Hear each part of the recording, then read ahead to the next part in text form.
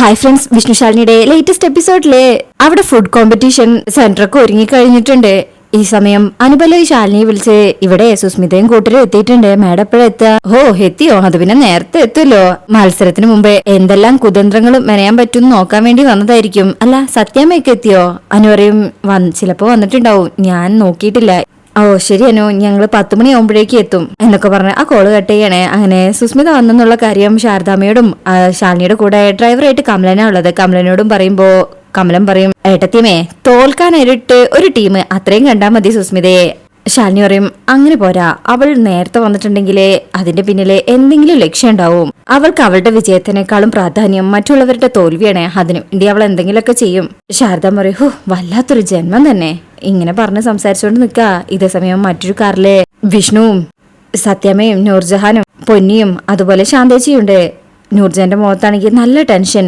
എന്ത് പറ്റി നൂർ? ഒരു ടെൻഷൻ, നമ്മളെ പ്രോഗ്രാം തുടങ്ങുന്നതിന് മുന്നേ എത്താൻ പറ്റുമെന്ന് അറിയില്ല, വല്ലാത്തൊരു ടെൻഷൻ. അപ്പൊ വിഷ്ണു പറയും, പേടിക്കൊന്നും വേണ്ട, എന്തായാലും ഒരു 10-5 മിനിറ്റ് ലേറ്റ് ആയിട്ടേ അവിടെ തുടങ്ങുള്ളൂ. നൂർ പറയും, പക്ഷേ ഇതൊരു മത്സരമല്ലേ, പ്രോഗ്രാം നടത്തുന്നവർക്ക് പ്രശ്നം ഉണ്ടാവില്ല, പക്ഷെ ബാക്കിയുള്ള പങ്കെടുക്കാൻ വന്നവരെ ഇത് പ്രശ്നമാക്കും. അതിപ്പോ ശത്രുതയുള്ളവരാണെങ്കിൽ കൂടുതൽ എതിർക്കും. ബാമറിയും എങ്കിലും എതിർപ്പേ ഉണ്ടാവും, അതിനുള്ള ആൾക്കാരെ അവിടെ വന്ന് സ്ഥാനം പിടിച്ചിട്ടുണ്ടാവും. ശാന്ത പറയും, എതിർക്കുന്നവരെ എതിർക്കട്ടെ, നമ്മൾ തന്നെ ആ ട്രോഫി വാങ്ങിച്ചങ്ങ് വരും. ഈ സമയം ശാലിനിയുടെ കാറിന്റെ പിന്നാലെ ഒരു കാറ് വന്ന് ഇവരിടിക്കാൻ നിൽക്കും.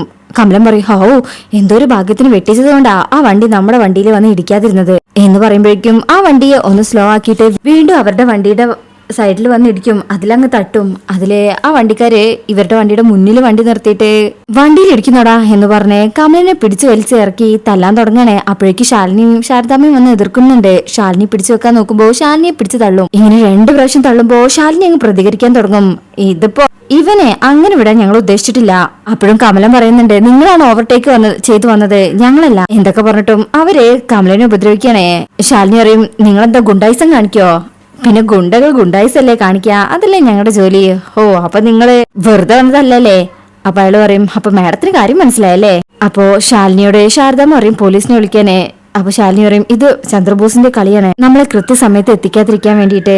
ഇനി പോലീസിനെ വിളിച്ചു പറഞ്ഞാലും അവരിവിടെ എത്തില്ല, വൈകിക്കേയുള്ളൂ, മനഃപൂർവ്വം. ശ്രീരഞ്ജിനി ചേച്ചി വിളിച്ചു നോക്കാം എന്ന് പറഞ്ഞ് വിളിക്കുന്നുണ്ടെങ്കിലും ശ്രീരഞ്ജിനിയെ കോളില് കിട്ടുന്നില്ല.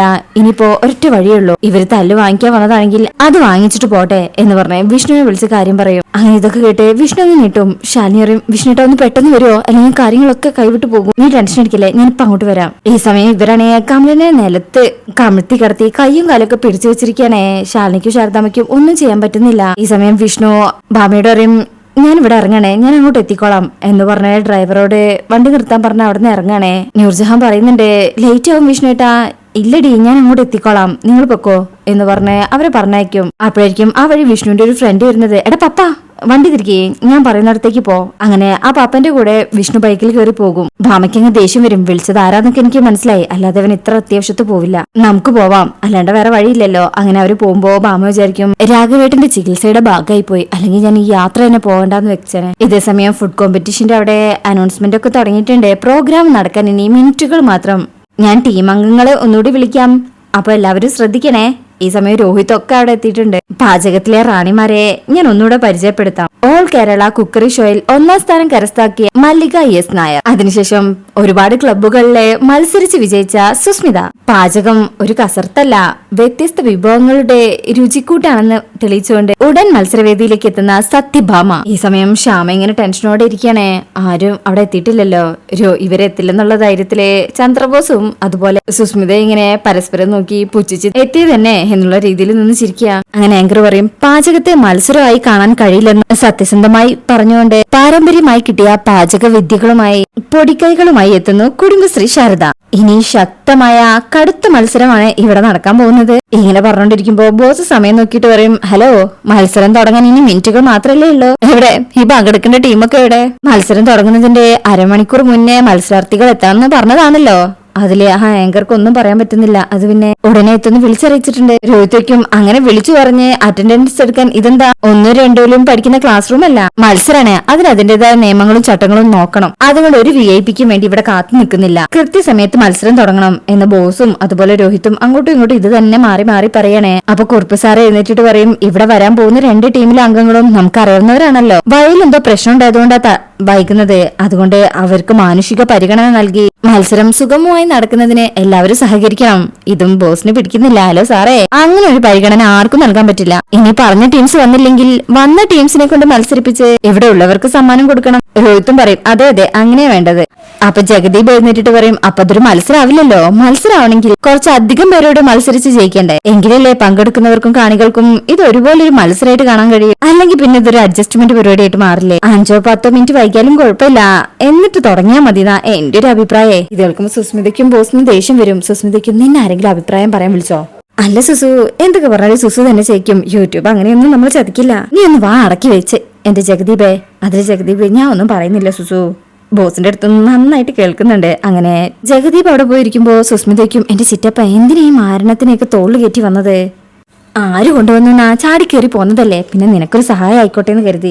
കൈസഹായം കൈവച്ചൊന്നും കൊടുക്കാനാ തോന്നുന്നത്. ബോസ് പറയും എന്തായാലും ഇവിടെ വെച്ച് വേണ്ട, ആദ്യം മത്സരം നടക്കട്ടെ. ജഗദീപ് ആണെങ്കിലേ ഇടയ്ക്കിടയ്ക്ക് സുസ്മിതയെ വന്ന് ചൊറിയുന്നുണ്ട്. പണ്ട് എക്സാമിന് തുണ്ട് വെച്ചതുപോലെ ഇവിടെ വെച്ചിട്ടില്ലല്ലോ. കാരണം ചേരുവകളെങ്ങാനും പേരെങ്ങാനും മാറിപ്പോയാലേ മോശമാണ് കേട്ടോ. ബോസിനും സുസ്മിതയ്ക്ക് കളി കയറുന്നുണ്ട്. അത് മനസ്സിലാകുന്ന ജഗദീപ് ഇപ്പൊ ഒന്ന് മാറിയിരിക്കുക. ഇതേ സമയം ശാലിനി ഇടയ്ക്കിടയ്ക്ക് അവിടെ വിഷ്ണുവിനെ വിളിച്ചോണ്ടിരിക്കണേ. എന്നാ കിട്ടുന്നൊന്നുമില്ല, കാരണം വിഷ്ണു അങ്ങോട്ട് വന്നോണ്ടിരിക്കുകയാണല്ലോ. കമലനാണെങ്കില് അവരെ എഴുന്നേൽക്കാൻ പറ്റാത്ത വിധം അവിടെ ലോക്ക് ചെയ്തിരിക്കണേ. ഭാമയും നൂർജഹാനൊക്കെ ഇപ്പൊ സ്മൂത്ത് ആയിട്ടാ പോകുന്നത്. അവർക്കിപ്പോ തടസ്സങ്ങളൊന്നുമില്ല. ഇവിടെ കോമ്പറ്റീഷൻ നടക്കുന്നിടത്ത് സാബു സാർ പറയും ശ്രേയ ഹാങ്കറുടെ നെയ്മാട്ടോ, പറഞ്ഞ സമയത്ത് എത്തിയില്ലെങ്കിൽ ഒരു 5 മിനിറ്റ് കൂടെ ഒന്ന് ഇളവ് കൊടുക്കാം. കുറുപ്പ് സാറ് പറഞ്ഞതുപോലെ മാനുഷിക പരിഗണന അതിനപ്പുറം കൊടുക്കാൻ പറ്റില്ല. ഓക്കെ സാർ, പക്ഷെ പറഞ്ഞ സമയമായിട്ടില്ല, അതിനു മുമ്പ് തന്നെ അവരെത്തുന്ന തോന്നുന്നത് എന്നൊക്കെ അവരിങ്ങനെ സംസാരിക്കുകയാണേ. ശേഷം വീണ്ടും ഈ റൂൾസ് ആൻഡ് റെഗുലേഷൻസ്, അതായത് എപ്പോഴൊക്കെയാണ് പ്രോഗ്രാമിന് വേണ്ട സാധനങ്ങൾ എടുക്കേണ്ടത് എന്നൊക്കെ ഇങ്ങനെ പറഞ്ഞു കൊടുക്കുകയാണ്. ശ്യാമയാണെങ്കിൽ ടെൻഷനോട് കൂടിയാണ് അവിടെ ഇരിക്കുന്നത്. മത്സരം തുടങ്ങാൻ ഇനി ഏതാനും മിനിറ്റുകൾ മാത്രമേ ഉള്ളൂ, 5-6 മിനിറ്റ് മാത്രം. ശാലിനിയാണെങ്കിൽ ആകെ ടെൻഷനിലാണ്. കമലിനെ എഴുന്നേൽക്കാൻ അവരാണെങ്കിൽ ആ ഗുണ്ടകൾ സമ്മതിക്കുന്നില്ല. നിങ്ങൾ എന്തീ കാണിക്കുന്നേ എന്ന് പറഞ്ഞ് ശാലിനി അവരുടെ അടുത്തേക്ക് വരുമ്പോ അയാൾ പറയും മാറി നിക്കടേ അങ്ങോട്ട്. ശാലിനിക്ക് നിങ്ങൾ എന്തിനാ ഞങ്ങളെ ഇങ്ങനെ തടഞ്ഞു വെച്ചിരിക്കുന്നത്? ദേ ഞാൻ ആരാണെന്ന് നിങ്ങൾക്ക് അറിയാമോ? അപ്പൊ അയാൾ പറയും നീ ആരായാലും ഞങ്ങൾക്ക് എന്താ. വിഷ്ണു ആണെങ്കിൽ അവിടെ എത്തിയിട്ടില്ല. ഇതേ സമയം നൂർജഹാൻ പറയും സത്യാമ്മേ നമ്മൾ പതുക്കെയാ പോകുന്നത്, ഇത് കുഴപ്പമാകും, ചേട്ടാ ഒന്ന് കത്തിച്ചു വിട്. പിന്നെ സത്യാമ്മയുടെ കൃഷ്ണനെ നന്നായിട്ട് വിളിച്ച് പ്രാർത്ഥിച്ചോ? അപ്പം ബാമ പറയും എന്റെ കൃഷ്ണൻ എപ്പോഴും എന്റെ കൂടെ ഉണ്ട് എന്ന് പറഞ്ഞിട്ട് മനസ്സിൽ വിചാരിക്കും ഇതിന്റെ രാഘവേട്ടന്റെ ചികിത്സയ്ക്കായിട്ടുള്ളതാണ്, ഇതിൽ എനിക്ക് പങ്കെടുത്തേ പറ്റൂ, എനിക്ക് വിജയിച്ചേ പറ്റൂ.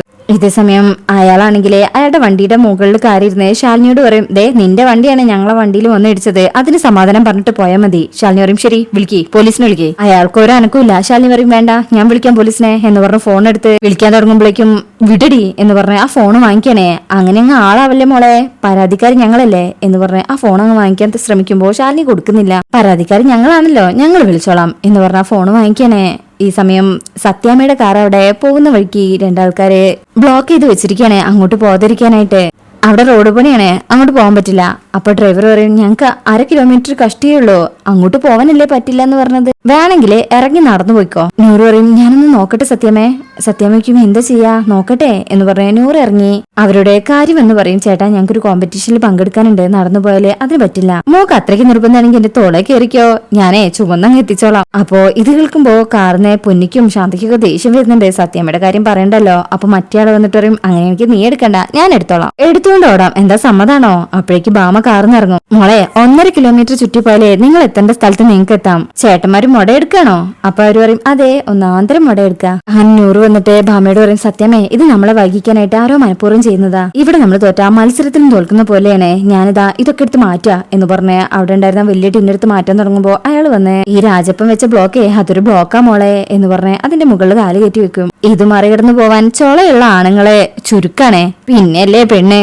അപ്പൊ നൂറ് പറയും അതെ ചേട്ടൻ ആൺപിള്ളേരെ കാണാഞ്ഞിട്ടാ, എങ്കി വിളിക്കടി ചുണിയുള്ള നിന്റെ കാമുകന്മാരെ വിളിക്കി, രാജപ്പന്റെ കൈക്കരുത്ത് എന്താന്ന് ഞാൻ കാണിച്ചു തരാം. ഭാമയാണെങ്കിൽ ടെൻഷനോടെ നിൽക്കുമ്പോ നൂറ് പറയും സത്യമേ ഇങ്ങനെ പേടിച്ച് നിന്നാ നിൽക്കത്തേ ഉള്ളൂ, നമുക്ക് അവിടെ ചെന്നിട്ട് ഒരുപാട് കാര്യങ്ങളുള്ളതാ, നമുക്ക് ഇതെല്ലാം മാറ്റി മുന്നോട്ട് പോവാം, ഇവന്മാർ എന്ത് ചെയ്യുന്നു കാണാമല്ലോ എന്ന് പറഞ്ഞ് വീണ്ടും അതെടുത്ത് മാറ്റാൻ നിൽക്കുമ്പോഴേക്കും ആഹാ നീയല്ലേ ഇവിടുത്തെ ലീഡറെ, അപ്പൊ പിന്നെ നിനക്ക് തന്നെ തരാം, നിന്നെ തൊട്ടാലേ ഏത് ചുണയുള്ളവനെ ചോദിക്കാൻ വരുന്നതെന്നൊന്ന് കാണണല്ലോ എന്ന് പറഞ്ഞ് അവരുടെ മുന്നിൽ വെച്ച് നൂർജഹാന്റെ കവിളത്തടിക്കും. എല്ലാവരും അങ്ങ് ഞെട്ടിപ്പോകും. ശേഷം പിടിച്ചു വലിച്ച് കാറിന്റെ മേലേക്ക് അങ്ങിടും. അതായത് ആ സൈഡ് ഭാഗത്തേക്ക് എല്ലാവരും ഇങ്ങനെ ഞെട്ടിപ്പോകുന്നുണ്ട്. മോളെ എന്ന് വിളിച്ച് സത്യാമ്മയോ അവിടെ തന്നെ ഉണ്ട്. ഇതേ സമയം ശാലിനിയെയും അവിടെയുള്ളവരെ അടിക്കുന്നൊക്കെ ഉണ്ട്. കഴുത്തിന് പിടിച്ച് നിൽക്കുന്ന സമയത്തായിരിക്കും ഈ കാഴ്ച കൊണ്ട് വിഷ്ണു എത്തുന്നത്. വിഷ്ണു വണ്ടിയിൽ നിന്ന് ഇറങ്ങി ഓടി വന്ന് അവനെ ചവിട്ടി വീഴ്ത്താണേ.